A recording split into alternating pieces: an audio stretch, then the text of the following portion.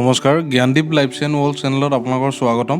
আজি আপোনালোকক আমি আমাৰ যিটো টিছু কালচাৰ অৰ্থাৎ কৰ্ণাটকৰ যিটো ৰঙা কলটো আৰু টিছু কালচাৰৰ সেই কলজোপা আপোনাৰ গছজোপা দেখুৱাব আনিছোঁ। আৰু এইজোপা চাওক আপোনাৰ ডাঙৰ গছজোপা, আৰু এইজোপা এতিয়া তলৰ পৰা সৰুকৈ পুলি ওলাব ধৰিছে তলৰ পৰা। আৰু আপোনাৰ এইজোপা এতিয়া বৰ্তমান আপোনাৰ থোকা ওলাবলৈ সময় হৈছে, আৰু প্ৰায় 7 পৰা 8 ফুটমান ওখ হৈছে গছজোপা। আৰু পাত চাত বিলালেতো আপোনাৰ 10 ফুটমান ওখ হ'ব গছজোপা, 10-12 ফুট।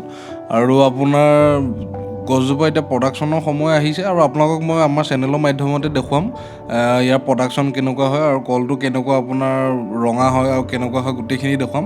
আৰু আপোনালোকে গমেই পাইছে ইতিমধ্যে টিছু কালচাৰ কলবিলাক কেনেকুৱা হয়, বা দেখাত আপোনালোকে কৰ্ণাটকৰ গমেই পাইছে ৰঙা কলটো আমাৰ অসমৰ কাৰণে নতুন বস্তু। আৰু এয়া পুলি আমি আনিছোঁ, আমি টিছু কালচাৰৰ বাহিৰৰ পৰা অৰ্ডাৰ কৰি আনিছোঁ এইখিনি।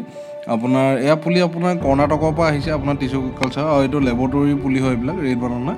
আৰু এইবিলাক এতিয়া আজিৰ পৰা প্ৰায় 2 সপ্তাহ আগত কৰা ভিডিঅ' আছিল এইটো। আৰু এইটো ভিডিঅ'ত আপোনাৰ পুলিখিনি চাইছোঁ চাওক, তেতিয়াই আপোনাৰ 1 ফুটৰ ওপৰত আছে পুলিবিলাক, আৰু এতিয়া ডাঙৰ হৈছে আপোনাৰ এতিয়া 1.5-2 ফুট হৈছে পুলিবিলাক। তো আপোনালোকক যদি এইটো আপোনাৰ কৰ্ণাটকৰ যিটো ৰেড বানানা পুলি লাগে আমাক যোগাযোগ কৰিব। আৰু আমি নিজেও ৰোপণ কৰিছোঁ, কাৰণ এইটো বজাৰত আমি মাৰ্কেটত ওলাম এতিয়া এইটো।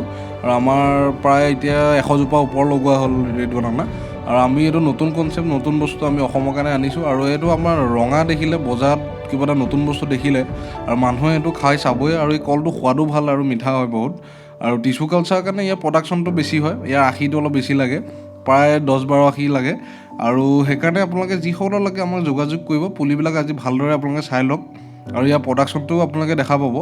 আৰু এইবিলাক প্ৰায় আপোনাৰ 1 ফুটৰ পুলি আছে। আৰু এতিয়া বৰ্তমান এইটো 2 সপ্তাহ আগত কৰা ভিডিঅ' আছিলে এইটো পুলিখিনি আপোনাৰ আমাৰ গ্ৰীণ হাউচত থাকোঁতে। আৰু এতিয়া প্ৰায় 1.5-2 ফুট হৈছে পুলিবিলাক, আৰু খুব ভাল গ্ৰ'থত আছে পুলিখিনি। আৰু আপোনালোক যিসকলৰ লাগে আমাক যোগাযোগ কৰিব, আমি যোগান ধৰিম। আৰু আমাৰ অসমৰ চব ডিষ্ট্ৰিক্টত আমি প্ৰভাইড কৰি আছোঁ বাছৰ মাধ্যমত। আৰু দেখাই পাব আজি ভিডিঅ'টোত আপোনালোকে বাছত আমি কেনেকৈ পঠাওঁ, কাৰ্টুনত ভৰাই পেলাই আপোনালোকে পুলিবিলাক দেখা পাব।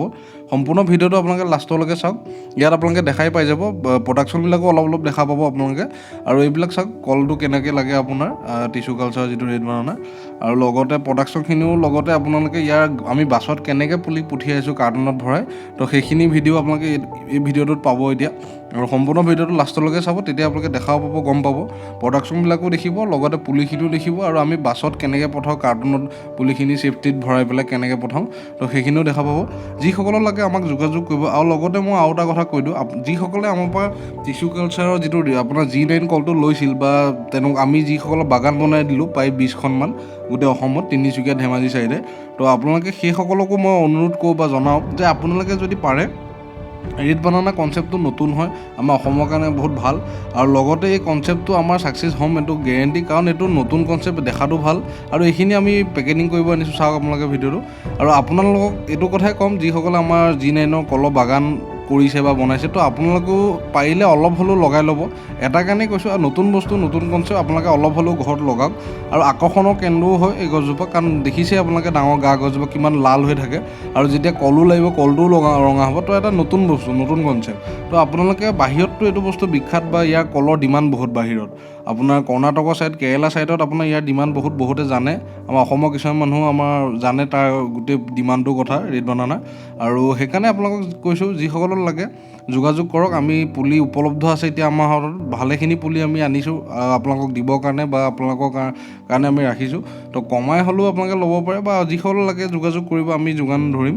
আৰু নতুন কনচেপ্ট, নতুন বস্তু আপোনালোকে লগাওক আপোনালোকৰ মাটিত। আপোনালোকে কমাই হ'লেও আপোনালোকে এইটো বস্তু আপোনালোকে লগাওক। আৰু নতুন আহিছে অসমৰ কাৰণে, কাৰণ আপোনালোকে সকলোৱে লগোৱাটো মই বিচাৰোঁ, যিসকলে কলৰ খেতিৰ লগত জড়িত বা খেতিবিলাক কৰি ভাল পায়।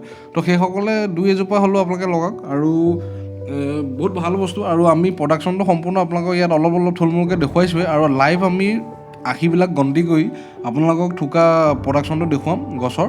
আৰু সেই ভিডিঅ'টো আপোনালোকে আমাৰ চেনেলত 1-2 মাহৰ ভিতৰতে আমি আপোনালোকক সেই ভিডিঅ'টো দিম।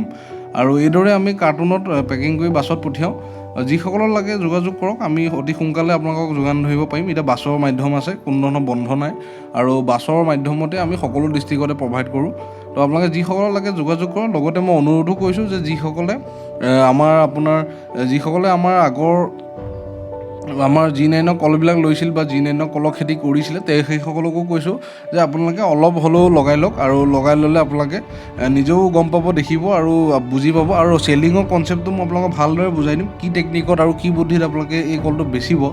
আৰু কৰ্ণাটক বা কেৰেলাৰ বেনাৰ লগাই মই আপোনালোকক গোটেই প্ৰজেক্টটো বনাই দিম আপোনালোকক।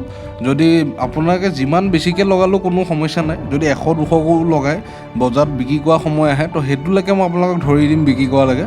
কাৰণ সেই বস্তুটো যেতিয়া আপোনালোকে কৰ্ণাটকৰ প্ৰডাকশ্যনখিনিৰ লগতে বেনাৰ আৰু কৰ্ণাটক কেৰেলা ৰেড বানানা বুলি পোষ্টাৰ এখন বনাই লৈ যেতিয়া আপুনি বজাৰত সেই কলৰ আশীবিলাক কলবিলাক যেতিয়া বিক্ৰী কৰিব তো অভিয়াছলি আপোনাৰ মানুহখিনিয়ে দেখি আকৰ্ষণৰ কেন্দ্ৰ হৈ সেই কল থোকা বা কল আশী আপোনালোকে কিনি খাবই, আমাৰ কাষ্টমাৰে আপোনালোকে ল'বই।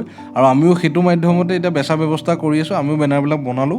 আৰু আপোনালোকক সকলো তথ্য মই বুজাই দিম বিতংভাৱে। আপোনালোকে আমাক যোগাযোগ কৰিব, ফোন কৰিব, ডিছক্ৰিপশ্যনত আমাৰ নম্বৰ আছে। আৰু পুলিখিনি আপোনালোকে সম্পূৰ্ণ দেখিছেই কিমান ধুনীয়া গ্ৰ'থত আছে পুলিবিলাক। আৰু টিচু কালচাৰৰ কাৰণে ইয়াৰ প্ৰডাকশ্যনটো বেছি ভাল, ছাপৰ্ট লাগে আৰু সোনকালে লাগে। তো সেইকাৰণে আপোনালোকে যিসকলক লাগে যোগাযোগ কৰিব। আৰু ধন্যবাদ, আপোনালোকে বহুত ছাপোৰ্ট কৰি আছে আৰু এনেকৈ যাতে আগন্তুক দিনতো আমাক ছাপোৰ্ট কৰি যায়। চেনেলটো লাইক, শ্বেয়াৰ আৰু ছাপোৰ্ট কৰিব নাপাহৰিব।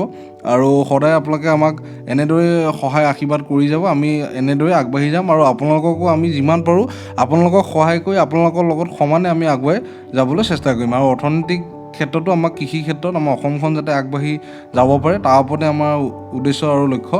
তো আপোনালোকে আমাক ছাপোৰ্ট কৰিব আৰু যোগাযোগ কৰিব। ধন্যবাদ, নমস্কাৰ।